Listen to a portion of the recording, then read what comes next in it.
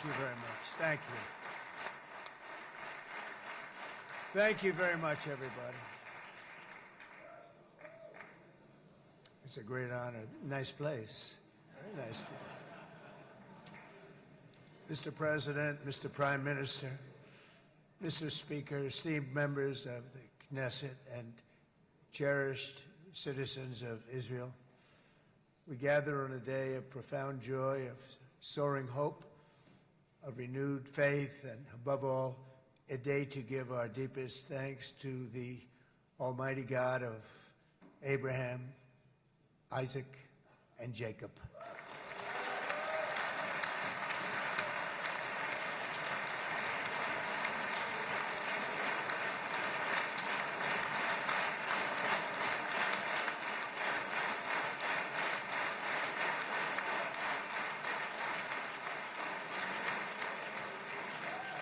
After 2 harrowing years in darkness and captivity, 20 courageous hostages are returning to the glorious embrace of their families, and it is glorious. 28 more precious loved ones are coming home at last to rest in this sacred soil for all of time. And after so many years of unceasing war and endless danger, today the skies are calm, the guns are silent, the sirens are still, and the sun rises on a holy land that is finally at peace, a land and a region that will live, God willing, in peace for all eternity.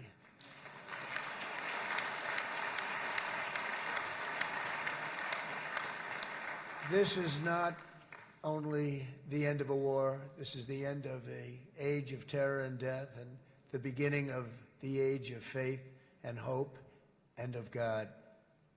It's the start of a grand concord and lasting harmony for Israel and all the nations of what will soon be a truly magnificent region. I believe that so strongly. This is the historic dawn of a new Middle East.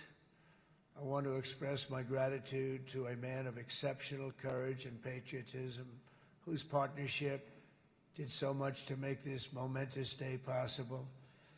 You know who I'm talking about. There's only one, Prime Minister Benjamin Netanyahu. Bibi, please stand up.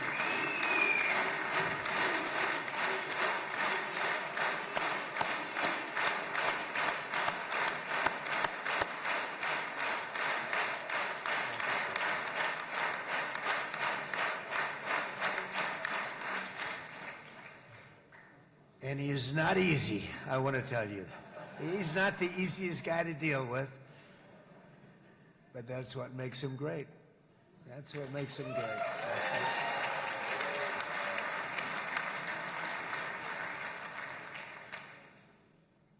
Thank you very much, baby. Great job.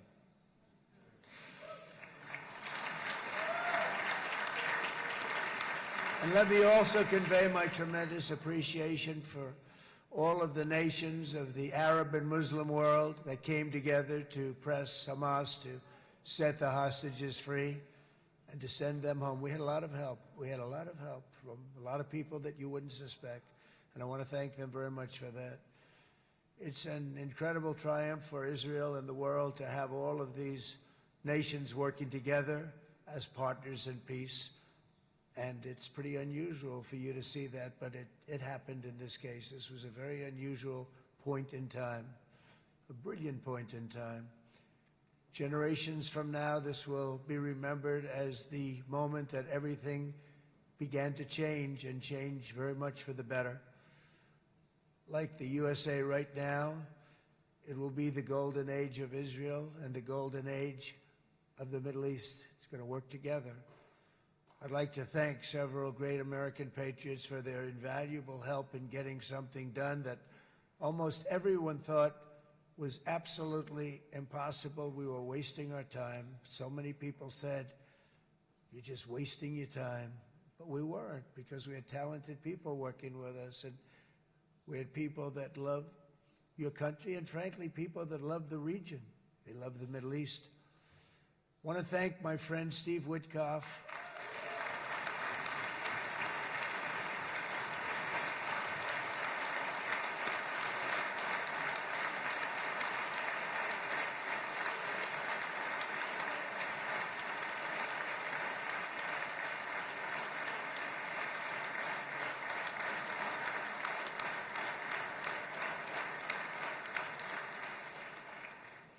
You know, Steve was chosen by me. He never did this before, but I knew him as a few things. He was a great businessman, but I know a lot of great businessmen, to be honest with you. He had tremendous negotiating skills, but I know a lot of people that negotiate pretty well, although it is an art. But there are people that can negotiate pretty well. But most importantly with Steve, he's just a great guy. Everybody loved him. Everybody. I mean, I know some negotiators that are so good, but you wouldn't have had peace in the Middle East.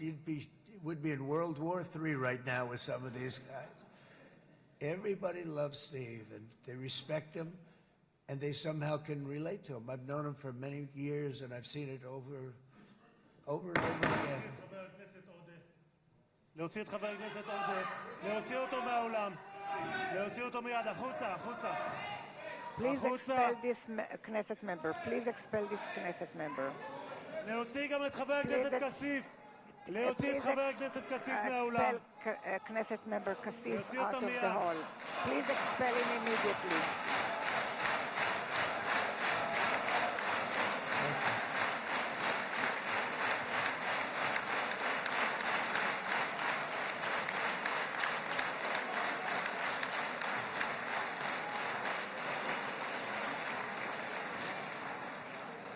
Sorry for that, Mr. President.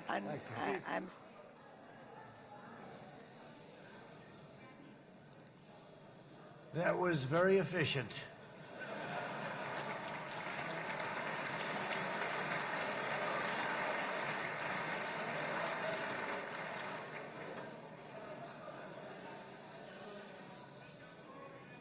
So back to Steve. He's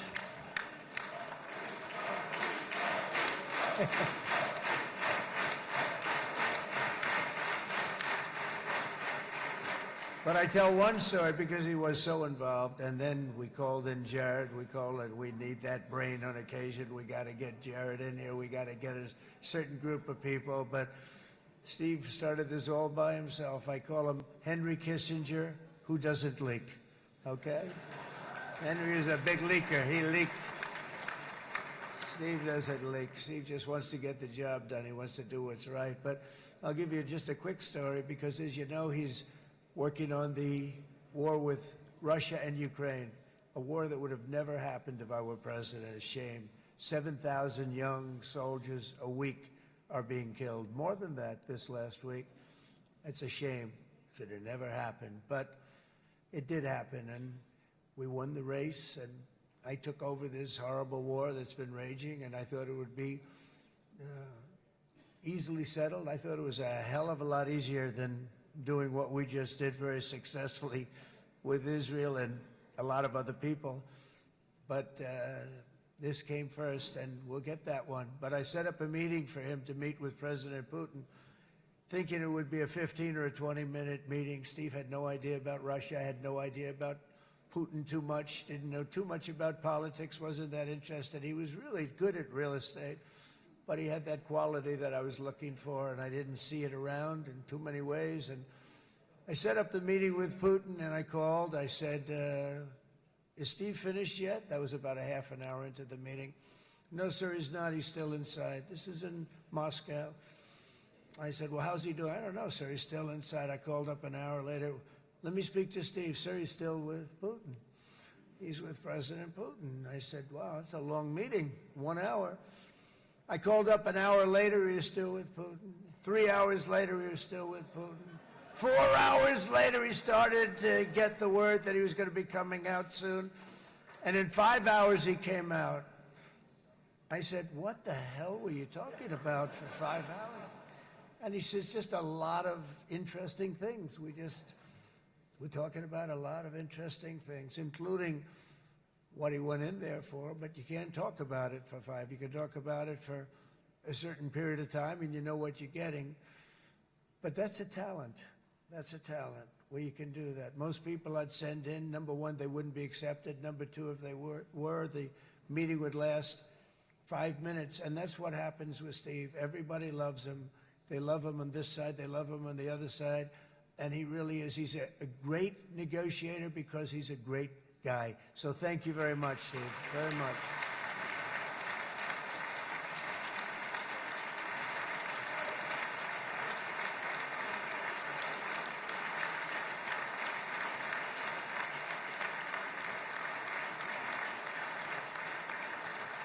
And let me also give a very special thanks to someone who truly loves Israel. In fact, loves it so much that my daughter converted. My daughter converted. I didn't know this was going to happen. And Ivanka's here.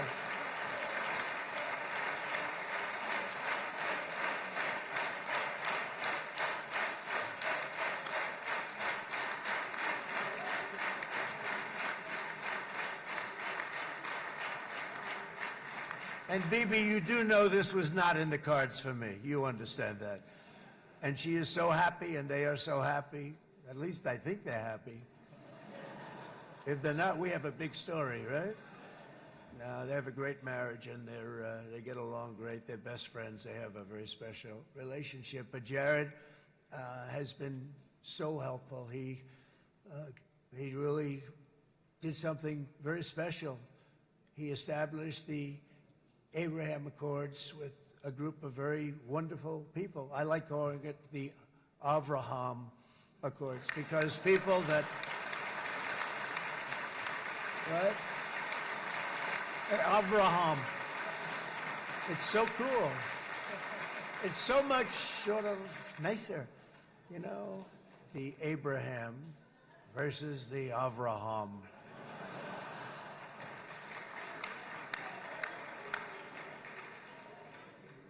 I just don't want to sound too sanctimonious when I do it, so, you know, I sort of split it up.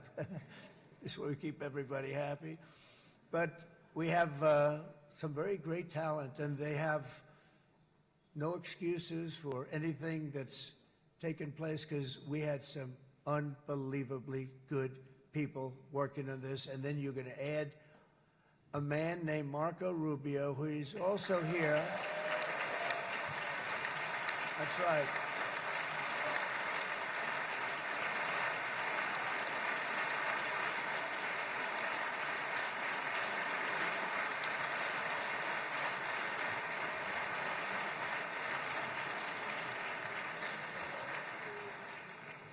And I have a prediction that Marco will go down, I mean this, as the greatest Secretary of State in the history of the United States. I believe that.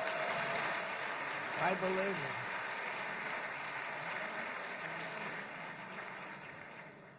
it. And he and I, you know, we really fought it out. You remember, he was tough. He was nasty. Who the hell thought this was going to happen, Marco, right? And now I'm saying he's going to go down as the greatest. He will.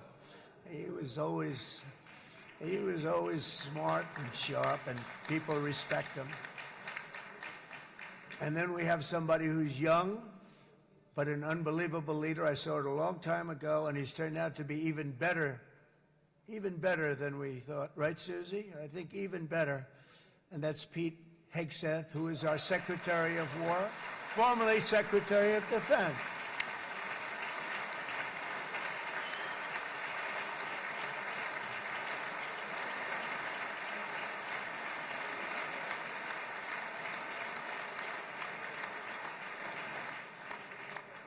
And as you know, we decisively won World War I. We decisively won World War II decisively. And everything in between and everything before it, we won everything. And then they had the brilliant idea of changing the name from war, you know, it was war, to defense.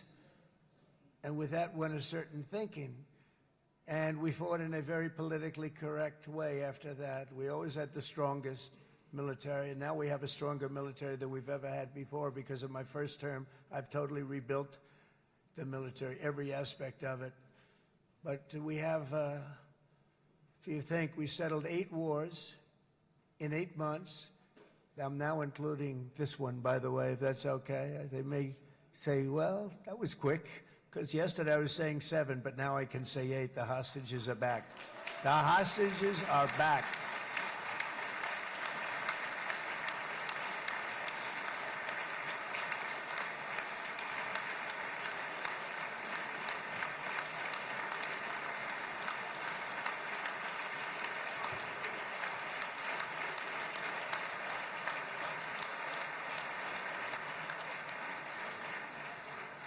It is a good feeling. Isn't that nice to say? You know, I just said the hostage. First time I said the hostages are back. It feels so good to say it. But when you settle 8 wars in 8 months, that means you don't like war. Everyone thought I was going to be brutal. In fact, I remember Hillary Clinton during a debate, she said, look at him, he's going to go to war with everybody.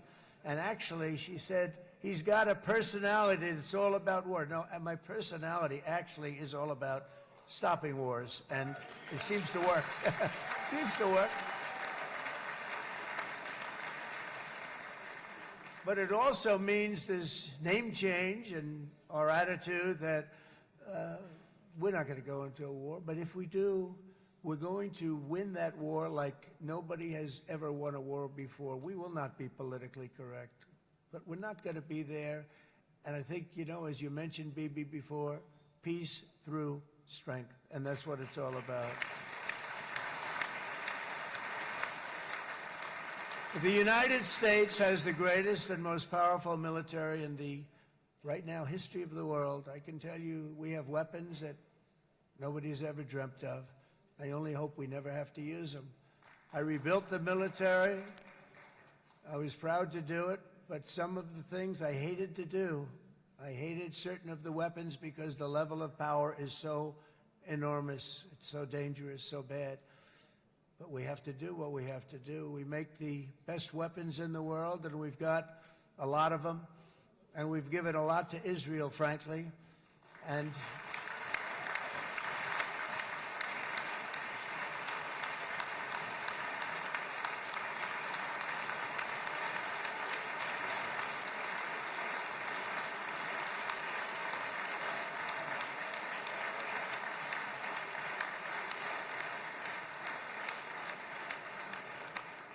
I mean, Bibi would call me so many times, can you get me this weapon, that weapon, that weapon? Some of them I never heard of, Bibi, and I made them.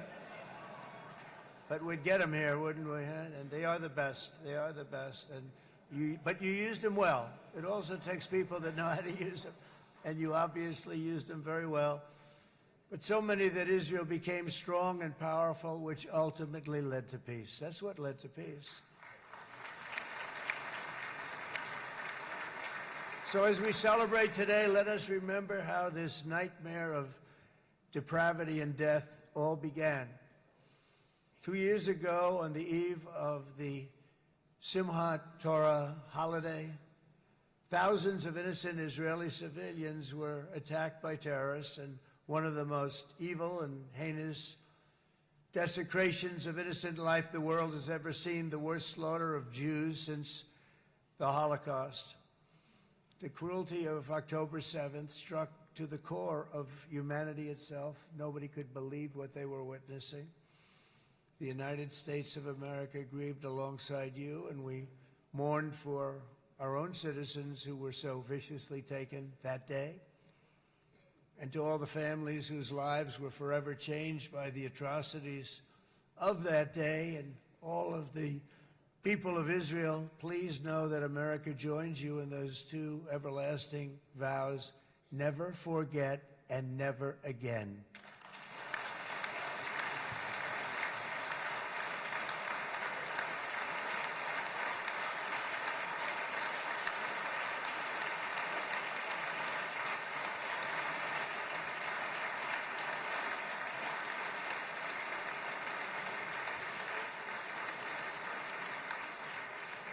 From October 7th until this week, Israel has been a nation at war, enduring burdens that only a proud and faithful people could withstand. It was a very tough period of time. For so many families across this land, it has been years since you've known a single day of true peace. But now at last, not only for Israelis, but also for Palestinians and for many others. The long and painful nightmare is finally over. And as the dust settles, the smoke fades, the debris is removed, and the ashes cleaned from the air, the day that breaks on a region transformed, and a beautiful and much brighter future appears suddenly within your reach. This is now a very exciting time for Israel and for the entire Middle East, because all across the Middle East, the forces of chaos, terror, and ruin that have plagued the region for decades now stand weakened, isolated, and totally defeated. A new coalition of proud and responsible nations is emerging, and because of us, the enemies of all civilization are in retreat. Thanks to the bravery and incredible skill of the Israeli Defense Forces and Operation Rising Lion,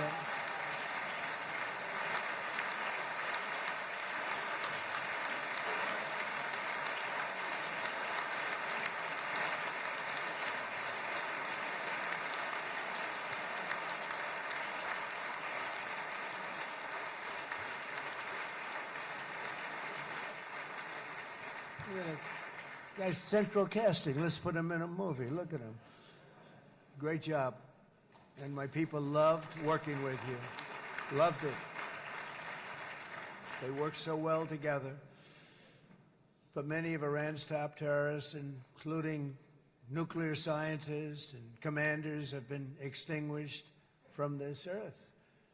And with Operation Midnight Hammer, boy, that's a great name for that, what we did. Last June, the United States military flew 7 of those beautiful B-2 bombers. They look so beautiful all of a sudden. They were always, I thought they were pretty planes. I had no idea they could do what they did. In fact, we just ordered 28 more of them. A little updated version. We ordered a whole pile of them. And almost 100 other planes went with them, including fighter jets. And we had 52 tankers, big, beautiful, brand new tankers that were loading them up 4 or 5 times. They've traveled 37 hours back and forth. Think of that. But we had tankers all over the sky for all the other planes. We had the F-22s, the F-35s, F-16s. We had a hell of a lot of planes.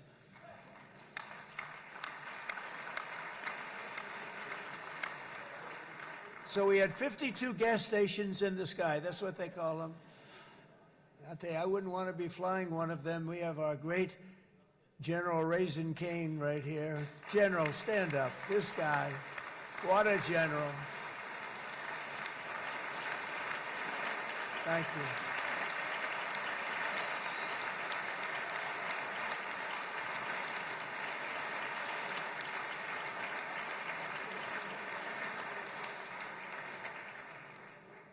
I asked General Cain, I said, you know, we're having problems with ISIS, and I was in Washington, and I asked, how long would it take to defeat ISIS? And my Washington generals told me, 3, 4, maybe 5 years, sir. I said, I don't get it. We got the best equipment in the world. Why? So I flew to Iraq, and I met with a man named Cain. He said, what's your first name? He said, they call me Raisin, sir. I said, wait a minute, your name is Raisin Cain? I've been looking for you for a long time. You gotta be kidding. So they told me 3, 4, 5 years to defeat ISIS. And I sit down with him and I say, why is it? I flew there in the dark of night. I landed, I'll never forget it. It's quite a trip. I'm glad I made it because I met him. I said, could I ask you, General? I come down. He said, with another general and a sergeant. Everybody was like central casting. They could go into a movie right now. Between him and you guys over here, we could get rich making movies, okay? And they got along so great. That's the beautiful thing, that your military and our military, Bibi, got along so great. But I was told by the television generals in Washington, we have the best equipment in the world. Why is it taking so long? And they said, 4 years. I said, so let me ask you, Raisin, how long would it take you to defeat ISIS? Sir, we can do it in 3 weeks, but you'll probably have some time left over. I said, you gotta be kidding. What the hell are you talking about? They said 4 years. I said, well, sir, look, it's not my place to say, but you're asking me the question. What you have to do is you hit him from the west, you hit him from the north, you hit him from the south, you hit him above, you hit him below. I said, so why didn't they do it? And he didn't want to speak badly of his superiors, which is hard to believe they were his superiors. Should have been the other way around a long time ago, because he's the one that did Operation Hammer. It was flawless. It was flawless. It was absolutely flawless. And I said, so you really think you can do it in 4 weeks? Yes, sir, 100%. You have to do it differently than they were doing it. They were using one base, and it was hundreds of miles away. And he says, we have all these portable bases all over the Middle East. And they didn't want to use them because they didn't want to offend the country where the portable, they wouldn't have even known what the hell the planes were going up, right? They wouldn't have known, but he said, no, they didn't want to defend anybody, offend anybody, and but we can do it in 4 weeks. I said, you sure about that? I'm going to call you back. I'll call you back on Monday. I'm going back to Washington. But you think 4 weeks? Yes, sir, I think we can do it in 4 weeks. We'll have time left over. So I call him on Monday. I say, you think you can do it? 4 weeks. I said, go ahead and do it. He did it. I'll tell you, he did it in 4 weeks, less than 4 weeks. So, General, stand up, please.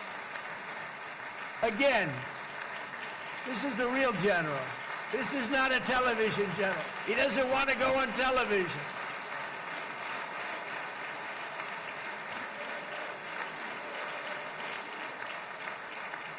He doesn't want to go on television. I said the other guys love being on television. So we dropped 14 bombs on Iran's key nuclear facilities, totally, as I said originally, obliterating them. And that's been confirmed, and everybody understands it. Together we stopped the #1 state sponsor of terror from obtaining the world's most dangerous weapons. And if you think about it, if we didn't do that, and assuming we made the same deal that we have today, there'd be a dark cloud over this deal. And #1, it wouldn't happen because the other Arab and Muslim nations really wouldn't feel comfortable making the deal that we have now, right?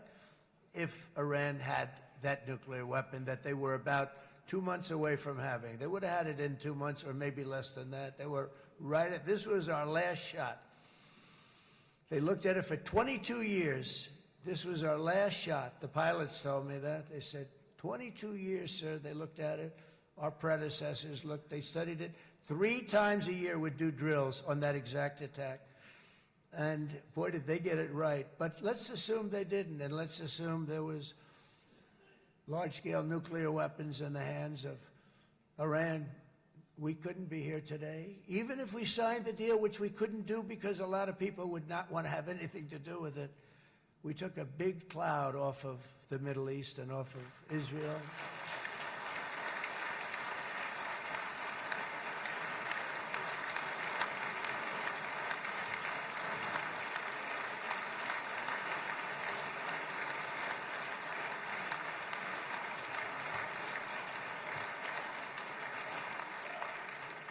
And it was my honor to help. But it isn't it true, though, that can you imagine the same, let's assume, Bibi, the same documents, we had everything the same, but you had somebody out there that was, in the opinion of everybody, all-powerful in the Middle East. They took a big hit, didn't they? Didn't they take a big hit? Boy, oh boy. They got it from one side, from the other. And you know it would be great if we could make a peace deal with them, and I think that's big. Would you be happy with that? Wouldn't it be nice, I think? Because I think they want to. I think they're tired. Somebody said, sir, they're starting their nuclear program again. I said, let me tell you something. They're not starting anything. They want to survive. The last thing they want to do is start digging holes again in mountains that just got blown up and start. They're not doing this. They want to survive, okay? But I think we have a chance. Steve, you, and I think Jared, come on, I'll call you back for another one. We always bring Jared when we want to get that deal closed. We bring Jared, but Steve, you and Jared and the General and Pete and Marco, you'll get that deal done easy. I think that'll be easy. But first we have to get Russia done. We got to get that one done. If you don't mind, Steve, let's focus on Russia first, all right? We'll get it done. In Lebanon, the dagger of Hezbollah, long aimed at Israel's throat, has been totally shattered. My administration is actively supporting the new president of Lebanon in his mission to permanently disarm Hezbollah's terror brigades. He's doing very well. And build a thriving state at peace with its neighbors. And you're very much in favor of that, I know. And good things are happening there, really good things. And with this week's ceasefire, we've achieved the most challenging breakthrough of them all. The most challenging breakthrough maybe ever. I mean, I've never seen anything like it. I've been involved in a lot of success. I have never seen anything like what's going on today all over the world. People are dancing in the streets, not just in Israel. They're dancing in the streets of countries that would have never danced in the street about what's happening today. They're dancing in those streets. So this long and difficult war has now ended. You know, some people say 3,000 years, some people say 500 years, whatever it is. It's the granddaddy of them all. And in an unprecedented achievement, virtually the entire region has endorsed the plan that Gaza will be immediately demilitarized, that Hamas will be disarmed, and Israel's security will no longer be threatened in any way, shape, or form.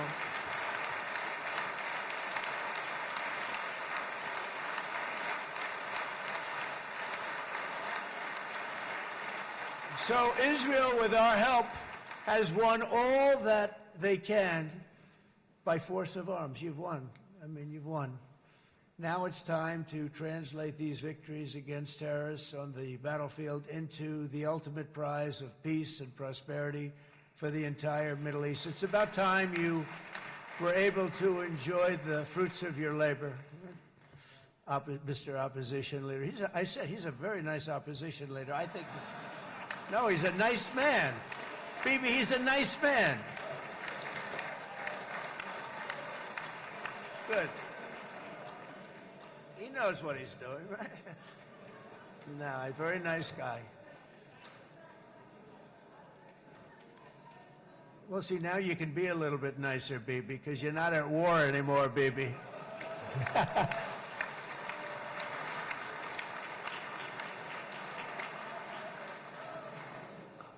But only by embracing the opportunities of this moment can we achieve our goal of ensuring that the horrors of recent years will never happen again. You don't want to have to go through this again.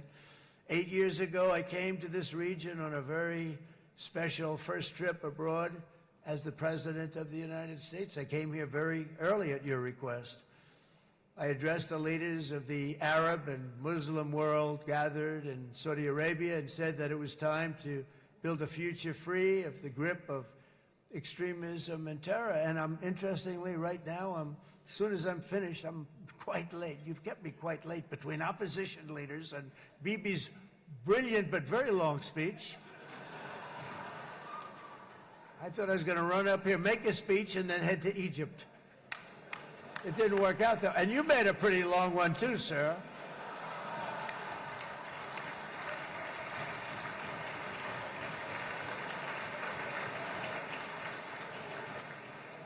But I liked what you all said. It could be worse. Supposing on top of it, I didn't like what you said. That would be no good, Ron, would it? Ron, you did a great job, by the way, Ron.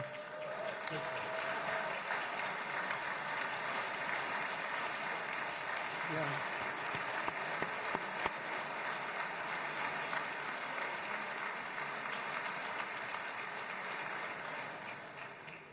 So I'm going to be meeting, actually, in a little while, I'm going to be meeting with the most powerful, the richest nations, really, in the world, although now, with the tariffs, the United States is by far the richest nation in the world, as you probably have been reading.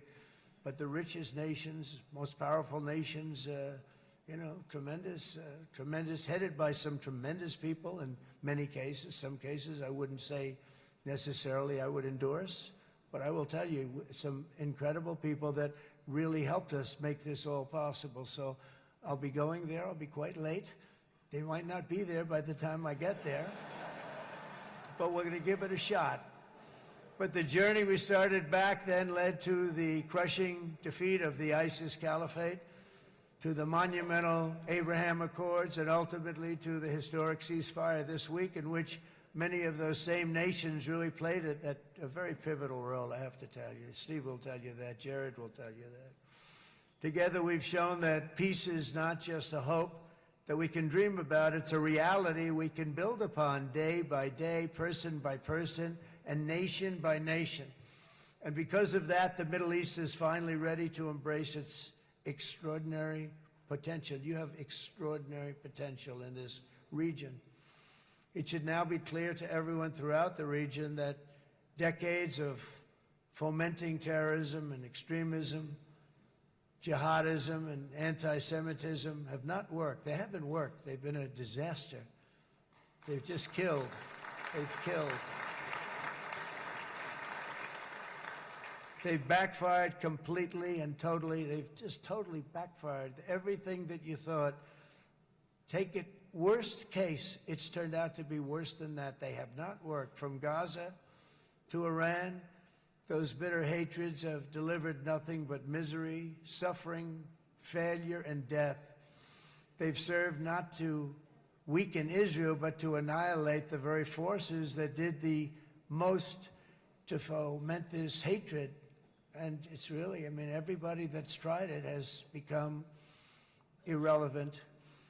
Meanwhile, we've seen those nations that set aside their differences, reached across ancient divides, and pursued engagement are now among the most successful in the region. They're getting along with Israel, and they're doing great. And I can tell you the 4 nations that joined the Abraham Accords early on, and you'd all be doing me a favor, and I'm going to be saying this in a little while to some other friends, would love you all to, is this right, Jared? Join up in the Abraham Accords. We have to join up and get together. You can have that whole thing filled out. We had a very weak administration, worst president in the history of our country by far. And Barack Obama was not far behind, by the way.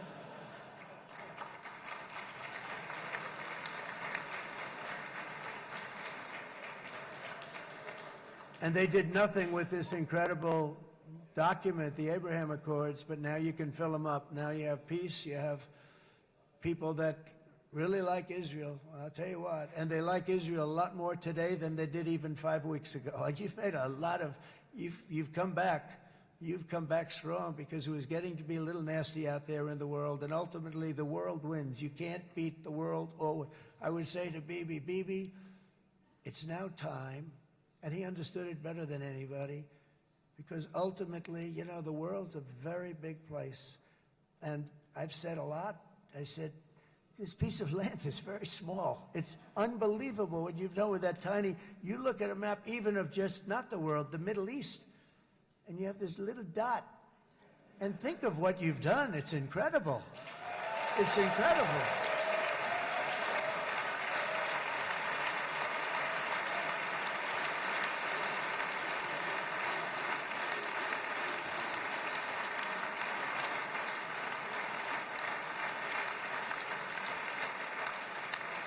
But the world is loving Israel again. And I said to Bibi, you know, the world is big and it's strong. And Ron, ultimately, the world wins. And we don't have to worry about that now. But there was getting to be a period of time over the last few months, you know, the world wanted peace and Israel wanted peace. Everybody did. Everybody did. And what a victory it's been, right? What a victory it's been. If you would have gone on for 3, 4 more years, keep fighting, it was getting bad. It was getting heated. The timing of this is brilliant. And I said, Bibi, you're going to be remembered for this far more than if you kept this thing going, kill. it would be it would not be the same. And I just want to congratulate you for having the courage to say, that's it, we've won, and now let's enjoy our lives and let's rebuild Israel and make it stronger and bigger and better than it's ever been before. You're going to do that. Took a lot of guts. And the choice for Palestinians could not be more clear. This is their chance to turn forever from the path of terror and violence. It's been extreme, to exile the wicked forces of hate that are in their midst. And I think that's going to happen. I've met some people over the last couple of months that want to see it happen very much. And after tremendous pain and death and hardship, now is the time to concentrate on building their people up instead of trying to tear Israel down. We don't want that to happen again. And the total focus of Gazans must be on restoring the fundamentals of stability, safety, dignity, and economic development so they can finally have the better life that their children really do deserve after all these decades of horror. I intend to be a partner in this effort in the sense that we're going to help and we're going to do something that became unbelievably popular. Everybody wants to be on it. It's called the Board of Peace, okay? How about that? Is that a beautiful name? Like a board of peace.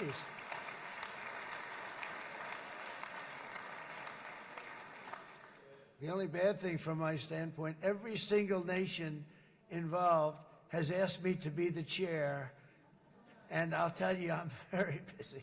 I didn't count on that, but you know what? If we do it, we'll do it right. And we have unbelievable power and wealth, because you're going to need wealth. You're going to need wealth to rebuild things, and they have wealth like few people have wealth. I want to thank the Arab and Muslim nations for their commitment that they've made to support a safe rebuilding of Gaza and beyond. I have many Arab countries, very wealthy countries, that came up and said, we'll put up tremendous amounts of money to get rebuild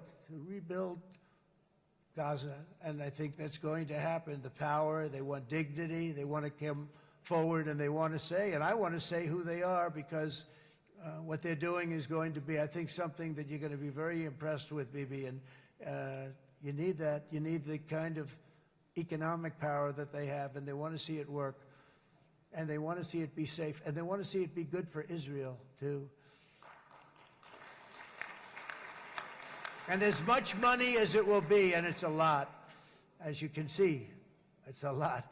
For these countries, it's relatively little relative to their worth. It's really a lot of money like most people could never even conceive, but for these countries, it's not that much, especially because it ensures success and stability in the Middle East, which is what they want to see. So many of them will be with us in Egypt in a little while, I think. I'm not sure. They may be gone.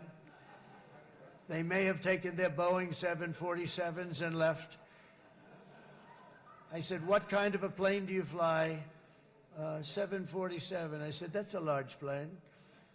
No, they may have. Steve, do you think they've left on their their brand new Boeing 747s? Or I don't know. We're going to find out soon. It's going to be a big story. There'll be 2 people left. And they'll be the 2 poorest ones.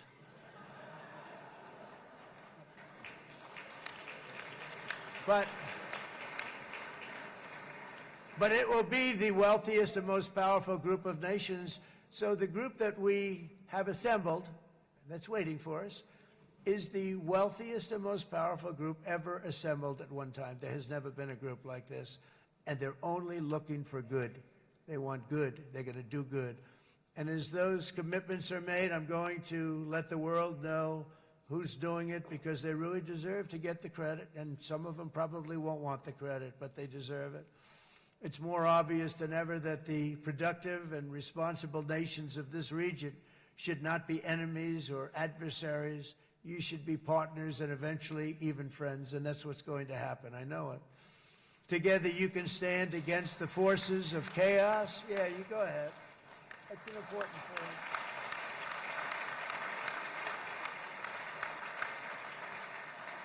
Because you can stand against the forces of chaos that threaten all of your interests, and it's always a big threat, and unleash incredible prosperity and opportunity for all the people of these lands, and that's what's going to happen. You're going to unleash numbers and success, the likes of which Israel has never been able to think of, because you're so firm, and you should be, and you've done the right thing in defending yourself. You're not going to have to worry so much about it. You've won, and now you can build, and you can do things that you never even thought possible. When you put that genius into doing something else, it's going to be something it's going to be a miracle. The miracle in the desert, it's going to be amazing. And it already is in a true sense. But it'll be wonderful when you can spend time thinking about other than war and defense and offense also. To that end, it's my firm hope and dream, frankly, that together the Abraham Accords will turn out to be everything that we thought they would. Those 4 countries were very, very brave in doing it. They did it at a very early point, and every single one of them benefits unbelievably financially. And if you noticed, even in this bad period that we just went through, they all remained a member of the Abraham Accords. They've done unbelievably well. And you know who you are, and I want to thank you. And they've stayed because of loyalty, but they've also stayed because it was really good business. They've made a lot of money being members, and you're going to all, I hope that every one of the countries that we're seeking, Jared, I hope they join quickly. No games, no nothing. Just join, get it. It's going to be a great peacemaker. It's really going to bring it together beyond anybody's wildest dream. So instead of building fortresses to keep enemies at bay, the nations of this region should be building infrastructure to weave your commerce closer together, because you've got to compete with the big world out there in commerce now. It's a different kind of competition. Instead of making weapons and missiles, the wealth of this region should flow to schools and medicine, industry, and frankly, the new hot thing, artificial intelligence. It's a lot of intelligence you're going to have to be throwing off to pay back these sums of money that they're doing. But that's really the hot one. And I might say that the United States, a year ago, was a dead country. I say it to people. I heard it first from the King of Saudi Arabia. I then heard it from UAE. I heard it from Qatar. I heard it from many other countries. A year ago, the United States of America was a dead country. Now it's the hottest country anywhere in the world. It is the hottest. There's no question about it.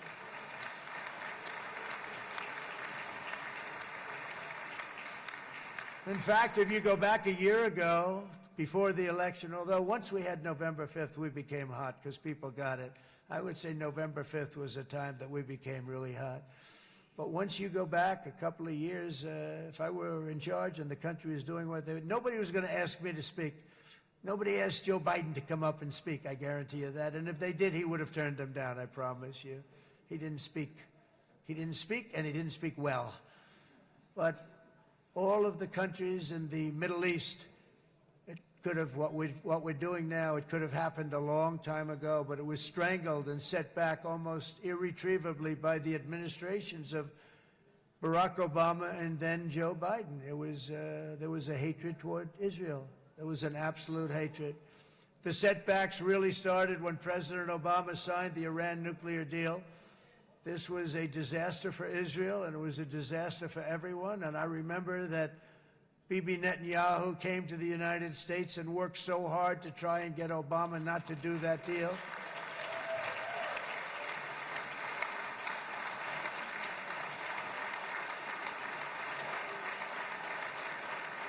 He worked so hard. But it was like talking to a wall. I remember him telling me it was like talking to a wall. They wanted to go with Iran. They chose Iran, frankly, over a lot of other good nations, but specifically Israel. And that was the beginning of a very bad period of time. You had Obama go out, and the Iran nuclear deal turned out to be a disaster. And by the way, I terminated the Iran nuclear deal, and I was very proud to do it.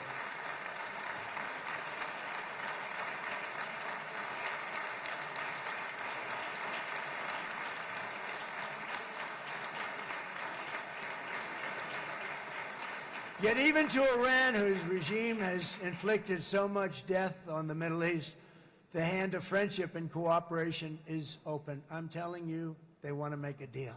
That's all I do in my life. I make deals.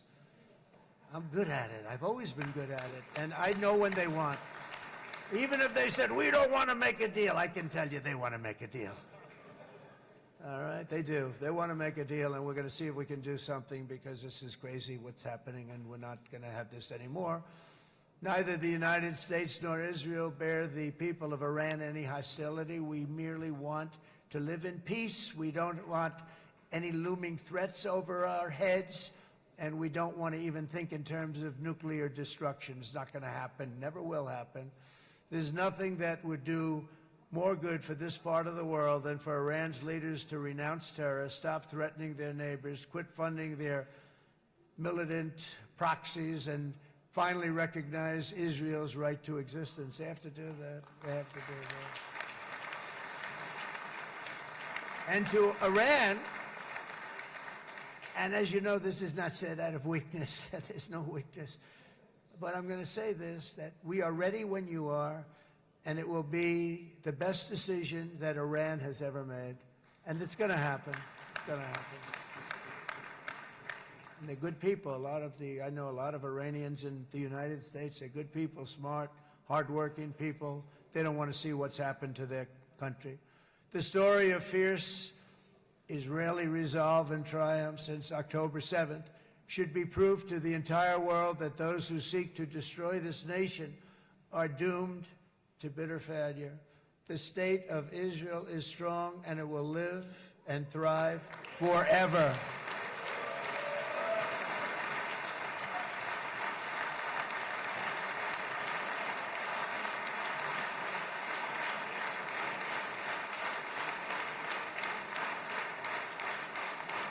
And that is why Israel will always remain a vital ally of the United States of America.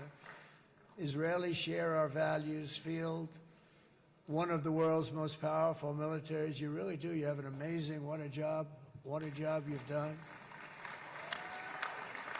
And have one of the most innovative economies on earth. Those are just a few of the reasons why I'm proud to be the best friend that Israel has ever had. And they all say it in the White House. They all say it.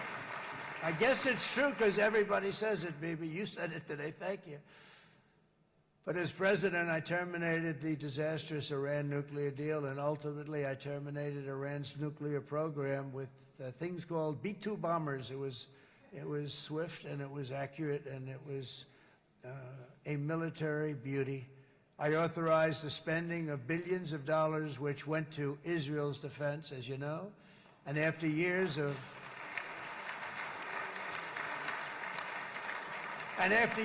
broken promises from many other American presidents, you know that, they kept promising. I never understood it until I got there. There was a lot of pressure put on these presidents. It was put on me too, but I didn't yield to the pressure. But every president for decades said, we're going to do it. The difference is I kept my promise and officially recognized the capital of Israel and moved the American embassy to Jerusalem.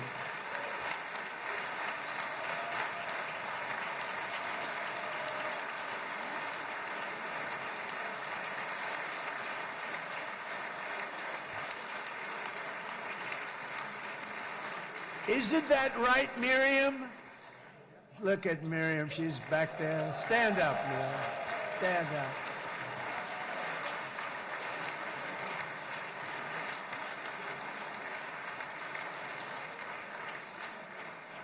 Miriam and Sheldon would come into the office. They'd call me.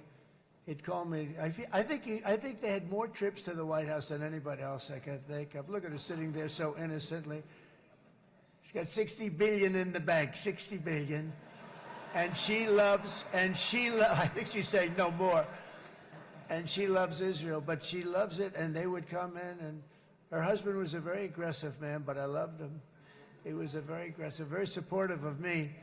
And he'd call up, can I come over and see you? I say, Sheldon, I'm the president of the United States. It doesn't work that way. He'd come in and do. But they were very responsible for so much, including getting me thinking about Golan Heights, which is probably one of the greatest things to ever happen to Israel.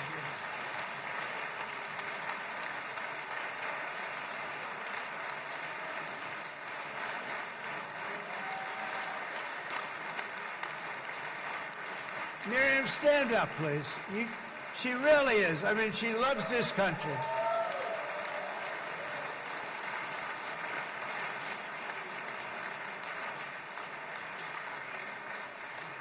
She loves this country. Her and her husband are so incredible. We miss him so dearly. But I actually asked her, I'm going to get her in trouble with this, but I actually asked her once, I said, so Miriam, I know you love Israel. What do you love more, the United States or Israel? She refused to answer. That might mean Israel, I must say. We love you. Thank you, darling, for being here. That's a great honor. Great honor. She's a wonderful woman. She is a great woman. I've always stood for the people of this community, and I always will. I'll always be with you. I'm always going to be with you. I guess maybe something could happen to change my mind. Somebody that's really stupid gets into office and wants to do really bad things, but that's about it. We don't think we're going to have that happen. I hope we're not going to have that happen. And this man is a good man right here. These two men are good men right here.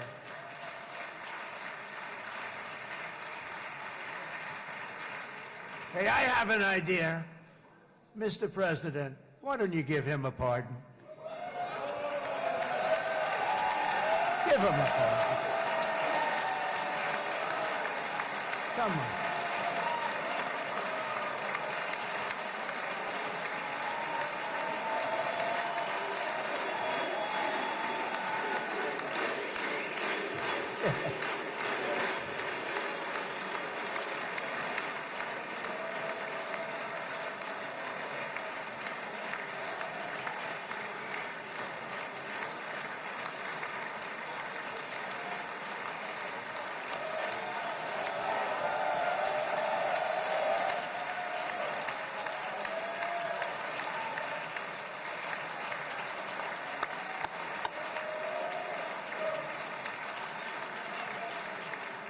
By the way, that was not in the speech, as you probably know. But I happen to like this gentleman right over here, and it just seems to make so much sense. You know, whether we like it or not, this has been one of the greatest wartime presidents. This has been one of the greatest wartime presidents. And cigars and champagne, who the hell cares about that?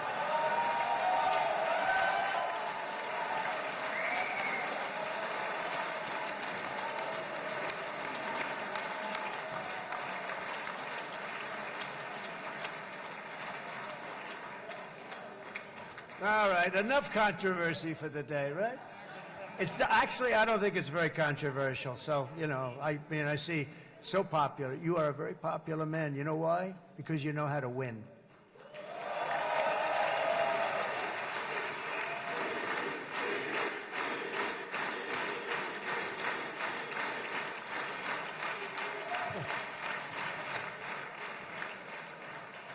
Over the past 2 years, I've met many of the families of the Israelis taken hostage and those that were taken hostage. Unbelievable. I've looked into their eyes. I've seen the worst nightmares of their suffering, but I've also seen something else, the beautiful love of the people, the love of people, frankly, that hold things together, the love that gives you the courage to carry on through thousands of years of persecution and repression and to emerge with the heart of David.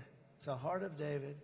It's that love that's defeated the enemies of civilization, built this incredible country and this unbelievable economy, and forged one of the great democracies of the world. That is why it's a true honor to stand here today and address this assembly in your ancient and eternal now capital, Jerusalem. I'm proud to have helped in that regard. This city and this nation stand as living proof that a much brighter future for this entire region is truly within our grasp. For thousands of years, Jerusalem has been a home to Christians, Jews, Muslims, and people of all ethnicities and creeds. This is the holy center of the world's three great Abrahamic faiths. I like that too. Adorned, it's the first time I've seen that word in a while. Adorned with their sacred sites and alive with their pilgrims and visitors from every corner of the globe. But here between the Western Wall, the Temple Mount, and the hill called Calvary, people of every faith and background live, work, pray, serve, and raise their families side by side, and they do it with love. This example is just one of the modern miracles that Israel has given to the world. And just in closing, the leaders in this chamber know better than anyone else the challenges of this harmony, and it's been easily won. No, it hasn't. It has not been. It's been so tough, but it has been, some say, a miracle. What you've done is a miracle. Look at your size. Look at your chances when it all started. And you know, if you think about it, you are safer today, stronger today, and more respected today than at any time in the history of Israel. Think of it. People used to say it wouldn't exist. They don't say that anymore, do they? Yet if safety, security, and coexistence can thrive here in the winding alleys and ancient paths of Jerusalem, then surely peace and respect can flourish among the nations of the broader Middle East. The God who once dwelled among his people in this city still calls us, in the words of Scripture, the turn from evil and do good, to seek peace and pursue it. So he still whispers truth into the hills and knolls and valleys of his magnificent creation, and he still writes hope into the hearts of his children all over the world. And that is why even after 3,000 years of pain and conflict, the people of Israel have never given up from the threats of Zionism, from all sorts of threats. You want the promise of Zion. You want the promise of success and hope and love and God. And the people of America have never lost faith in the promise of a great and blessed future for all of us. From the very first day that modern Israel was founded, we have stood together through thick and thin of setbacks, and through victory and defeat, through glory and heartache. We have built industries together. We have made discoveries together. We have confronted evil together, and we have waged war together, and perhaps most beautifully of all, we have made peace together. And this week, against all odds, we have done the impossible and brought our hostages home.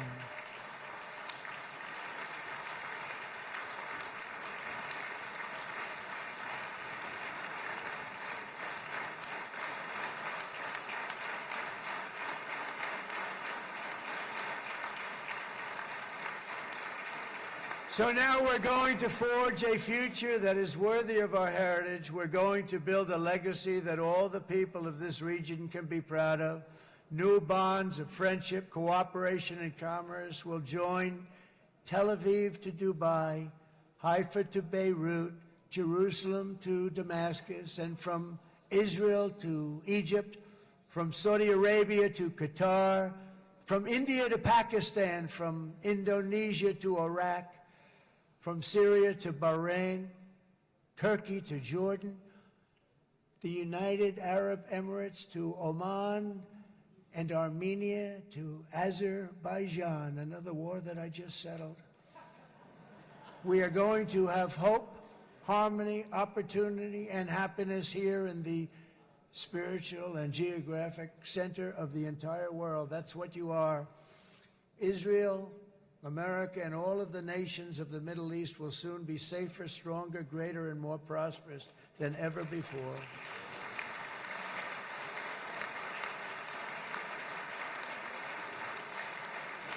And I want to thank you all once again for this exceptional honor. This has been truly an honor. It's seldom that a president is invited to do this. And I love Israel. I'm with you all the way. You will be bigger, better, stronger, and more loving than ever before. Thank you very much. God bless you. God bless the United States of America, and God bless the Middle East. Thank you, everybody. Good luck. Thank you very much. Thank you.